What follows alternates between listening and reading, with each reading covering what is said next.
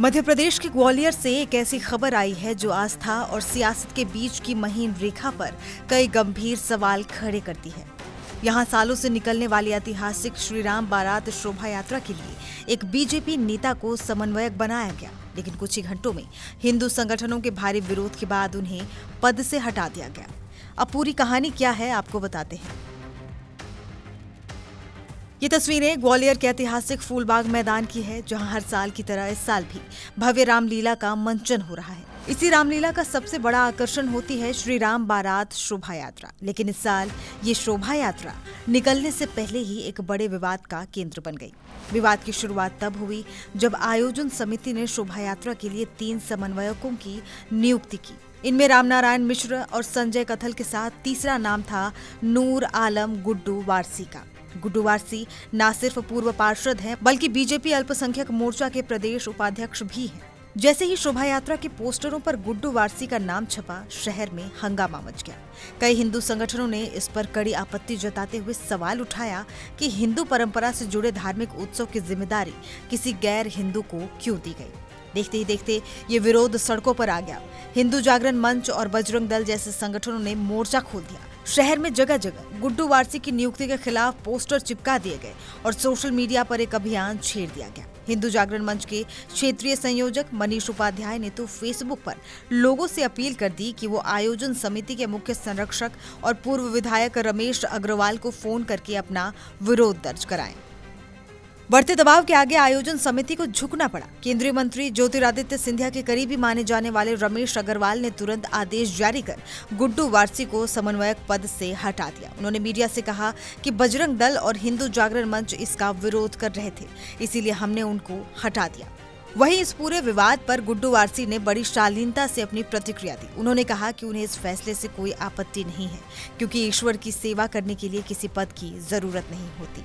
वारसी ने यह भी बताया है कि श्री राम में उनकी गहरी आस्था है और वो पिछले 25 सालों से रामलीला में सक्रिय रूप से भाग ले रहे हैं। उनकी ये आस्था और सेवा आगे भी जारी रहेगी। मुझे ऐसी जानकारी में आई कि मेरा पद पे रहने से कुछ लोगों को एतराज़ हो रहा था, तो उससे मुझे कोई दिक्कत नहीं है पद पे हटाने से, क्योंकि भगवान की मुझे सेवा करने के लिए किसी की पद की आवश्यकता नहीं है। मेरे मन में भगवान श्री राम के प्रति आस्था है, तो मैं तो करूँगा कार्य। मैं पिछले 25 साल से रामलीला में सक्रिय रूप से भागीदारी निभाता आ रहा हूँ अपना। बताया मुस्लिम होने के चलते आपको हटाया गया। क्या होता है कि कुछ लोग, हर समाज में कुछ लोग गंदे होते हैं, पर इसका मतलब ये नहीं कि हर मुसलमान गंदा हो। हर समाज में कुछ अच्छे होते हैं, कुछ बुरे होते हैं, तो सबकी तुलना एक जैसा करना वो अच्छी बात नहीं है। आपको कैसे जानकारी मिली, कोई पता वगैरह जारी? आप जैसे आपने भी पूछा, ऐसे किसी का मेरे पास फ़ोन आया कि आपको हटा दिया गया। मतलब कोई बात नहीं, मेरे को तो भगवान की सेवा करनी है, मेरे में भगवान की श्रद्धा है मेरे मन में, तो मैं तो करूँगा। ऐसा नहीं कि मैं पद पे रहूँगा तभी भगवान की सेवा कर पाऊँगा। अगर मान लो किसी मंदिर में मुझे जाना है, तो क्या उस मंदिर का पदाधिकारी होना जरूरी नहीं है ना? मन में श्रद्धा होना चाहिए। श्रद्धा है मेरा, मैं भगवान की सेवा करूँगा, निरंतर करता रहूँगा। हो सकता है मैं और अच्छे से खुल के काम कर पाऊँ, भगवान के लिए सेवा में समर्पित रहूँ। उधर दूसरी तरफ हिंदू संगठन अपने रुख पर कायम है। बजरंग दल के पदाधिकारी मनोज रजक ने साफ कहा कि समन्वयक किसी हिंदू को ही होना चाहिए। हिंदू पर्व त्योहारों में बाहरी लोगों का कोई काम नहीं। उन्होंने ऐसे लोगों को पार्टी से भी बाहर करने की मांग की। हमें सूचना प्राप्त हुई थी कि आज राम बारात निकलने वाली है।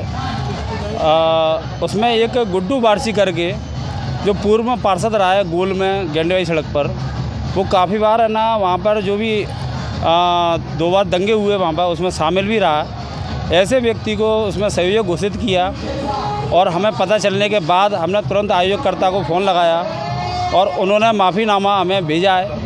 और हम आयोजन समिति से यही आह्वान करते हैं कि ऐसे व्यक्तियों को अपने आयोजन में शामिल ना करते हुए अपने कार्यक्रम को ठीक ढंग से उसको करना चाहिए, क्योंकि है ना उनका अभी पता चला है कि उन्होंने कहा है कि गलत किया है हिंदू संगठन ने, लेकिन गलत कुछ नहीं किया है। हिंदू संगठन भी है ना ऐसे कार्यक्रमों में भाग लेना उनको अच्छा लगता है, तो हमारे हिंदू संगठन से किसी न किसी को सहयोग बनाना चाहिए था। और यदि वो ऐसा ना कर दे तो हम अपनी कार्रवाई खुद कर दे, और हमें उसमें राम बारात में हमें शामिल को ना होना पड़ता, लेकिन उस व्यक्ति को हम उस राम बारात में नहीं चलने देते।